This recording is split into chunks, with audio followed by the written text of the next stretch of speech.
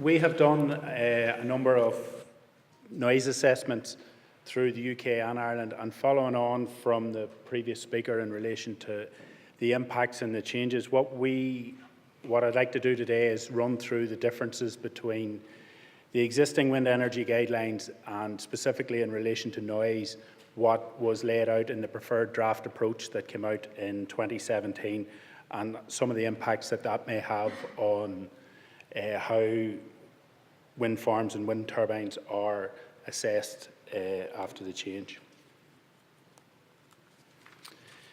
The current noise regulations in Ireland goes back to the 2006 Wind Energy Development Guidelines, and that lays down the requirements for wind energy proposals to offer a protection for properties located within proximity to the proposed development. It did have separate daytime and nighttime noise limits, with the emphasis of protecting external amenity during the daytime and prevention any sleep disturbance during the nighttime. The existing regulations have a daytime fixed lower limit of 45 dB or a maximum of increase of 5 dB above the background at any nearby noise-sensitive receptors. And it is considered that level was considered at that time to be appropriate to protect the amenity of any neighbours. The nighttime noise level was a fixed 43 dB to protect the sleep inside the houses. In general, this led to most wind farm developments that have a noise condition on it generally says 43 dB limit. This has the effect of limiting the turbines at the max level whenever the power generation and the noise is at rated power, and it generally doesn't have an impact where the lower wind speeds, where the background +5 would have more of an impact. But this line shows how the noise level generally changes in any rural area with or without wind farms. You can see that along the x-axis at the bottom is the wind speed, and the noise level is up the y-axis. So as the wind speed increases, the noise level increases. This is, I suppose, common sense to anybody looking at them, but it's from the vegetation, rustling of bushes, trees, whatever it happens to be. As the wind level increases, the background noise level increases. But you can see that once you get to 10 or 11 metres per second, the fixed levels of 43 and 45 dB are exceeded just by the background levels, irrespective of the noise of wind turbines. This line is the fixed daytime level under the current guidelines of the 45 or background +5. It remains at the 45 fixed level up to about 10 metres per second, and from there on it's governed by the background +5. For very low background areas, the noise level of the background will never get close enough to affect the daytime fixed limit, and then for very high background noise levels close to motorways or factories or any specific sources, the limit across all wind speeds will be based on the relative background +5. But in this example, it takes up to about 10 metres per second before that happens. This grey line is the nighttime fixed limit of 43 dB, which remains unaffected by background noise levels, no matter how high or low the background noise level is. And that's generally where existing sites are consented. So we've put the two existing limits there at the minute. You can see that at all times the nighttime level of 43 is below the daytime level, and this noise level is at the receptors, and that's why most wind farms have ended up with the noise limit of 43 dB. The ETSU in the UK or Northern Ireland limits of background +5 generally applies to each wind speed from 4 or 5 metres per second up, but that hasn't been adopted in the Republic. In June 2017, the ministers at that time proposed a preferred draft approach, which referenced a relative rated noise limit of 5 dB above the existing background noise within the range of 35 to 43 for both daytime and nighttime, with 43 being the maximum permitted noise level. This rated level takes account of certain noise characteristics specific to wind turbines, e.g. tonal, low frequency and amplitude modulation, and where identified, the noise limit permitted will be further reduced to mitigate it for these noise characteristics. A fixed limit of 43 dB will protect sleep inside properties during the night. The preferred draft approach differs from the previous guidelines, whereby it makes no differential between the daytime and nighttime. It sets the limits within the 35 to 43 dB limit. And the lower limit is related to background and will move away from just an upper fixed limit on the consent. And it introduces the relative rated noise limit, which takes account of turbine characteristics of the noise. So in terms of the previous background noise level that we had, this shows the typical blue line is still the background level, but the orange line is the limit. You can see up to about 8 meters per second, the 35 dB is the limit. Then from about 8 up to about 10 meters per second, it's the background plus 5. And then at the upper wind speeds, you're capped at 43 dB.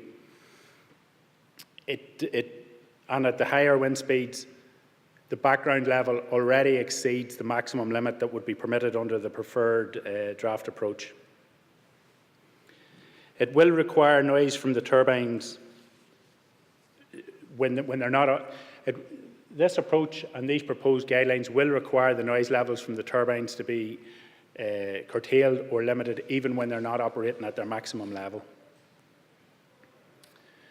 The lowering of the noise levels will inevitably result in separation distances increasing between proposed wind farms or turbines and the nearest residential receptors.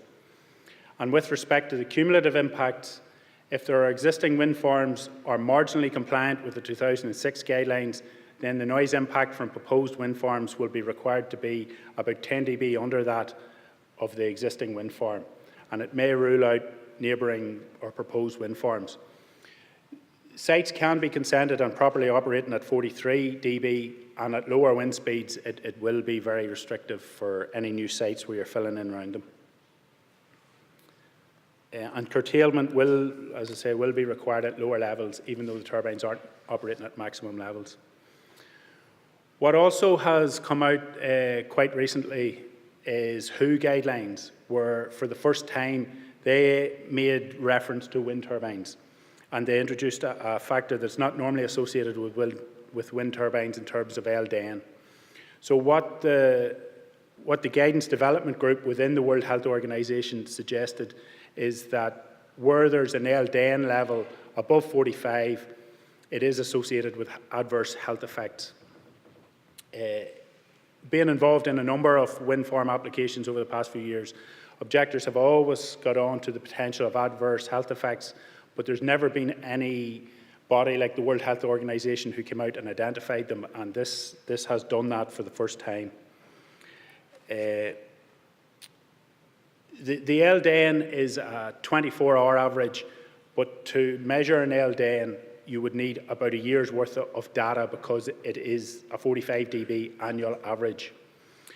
My understanding is that in line with the new guidelines that are going to come out, there has been some research done and some studying done to show that compliance with the 43 dB L90 as laid out in the preferred draft approach will comply with WHO.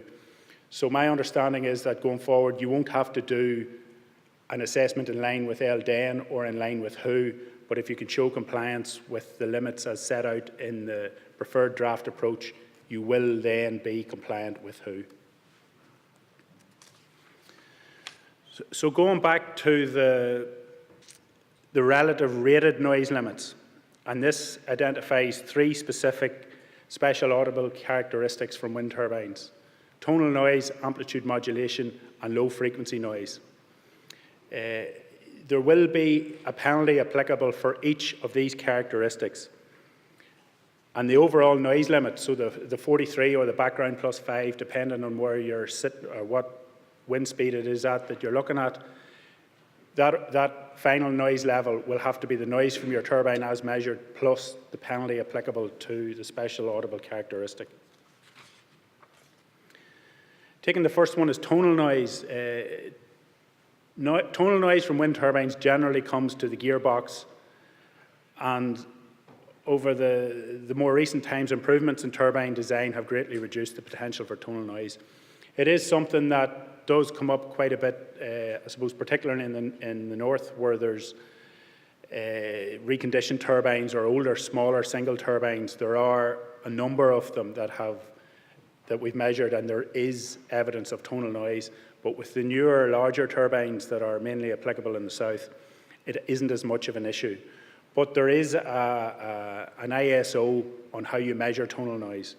It's a prescriptive methodology which identifies the tone in each narrow frequency band, and you can measure one and compare it to the next. So I suppose there is a methodology for going and finding out, measuring what the tones are, and if there are complaints received, a wind farm developer can go and measure them and assess them and say confidently one way or the other whether there is a tone present. And the tones must be measured at the receptor location, not closer to the turbine. The other thing with that standard is that there is a penalty applicable in relation to the extent of the tonal impact. The penalty is either 3 dB or 6 dB, depending on the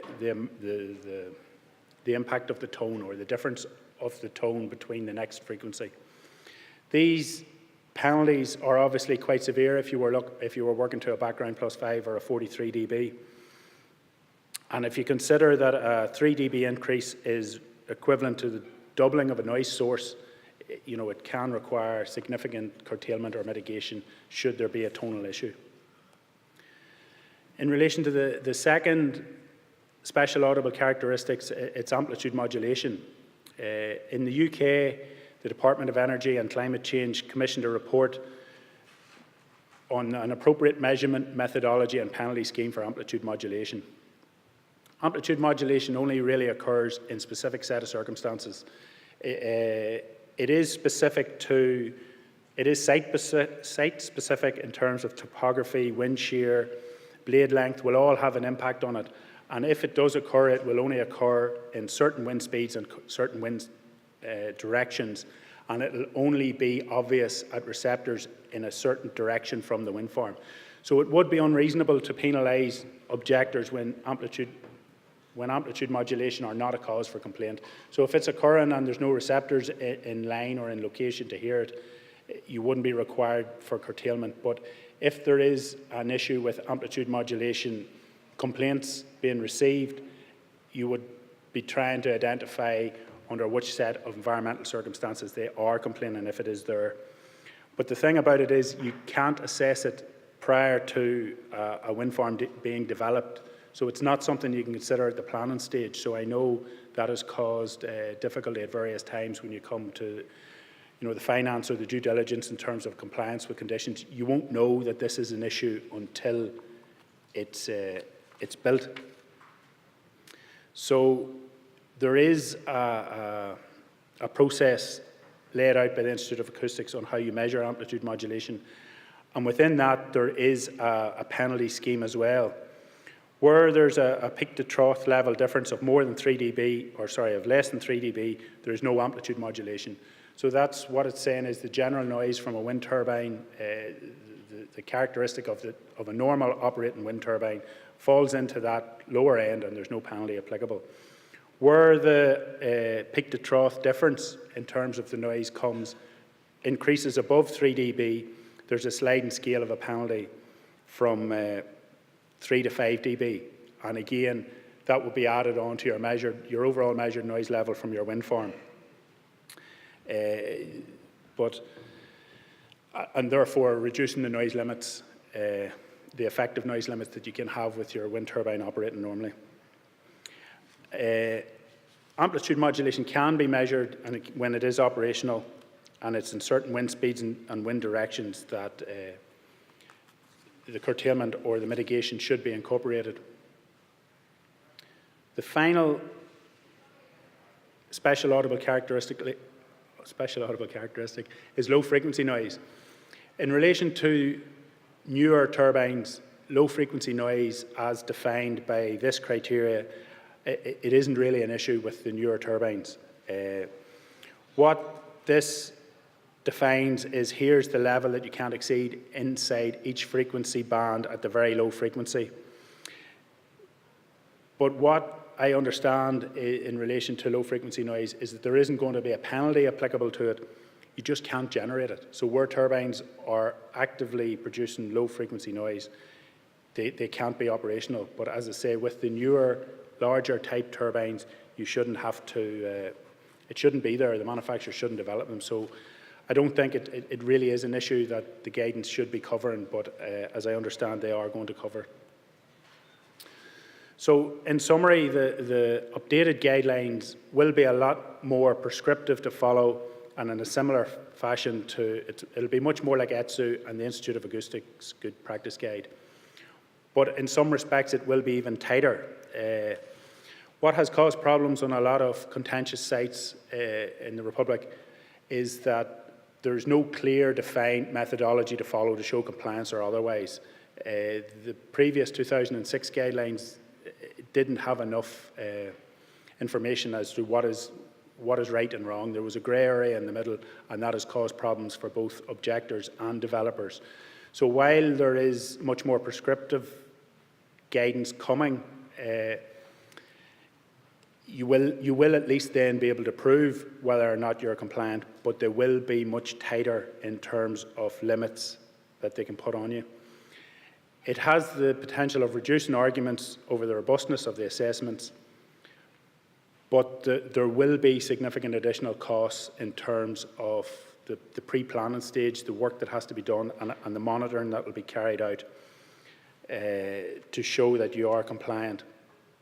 And we've assessed a number of sites to date that are compliant with the existing guidelines, and there are a good number of them that there is issues from 6, 7, 8 metres per second where they were never previously curtailed or limited in the noise that can be produced at those wind speeds. What's happening is that the turbines are getting to the maximum power or maximum noise output much quicker, and the background level hasn't been able to catch up. So you may have a limit down there at even 35, 36 dB, and the noise level is above that. So even though you're compliant with the upper maximum 43, there are restrictions in at those sort of mid-range wind speeds. And that's it. If there's any questions, I think we'll come at the end.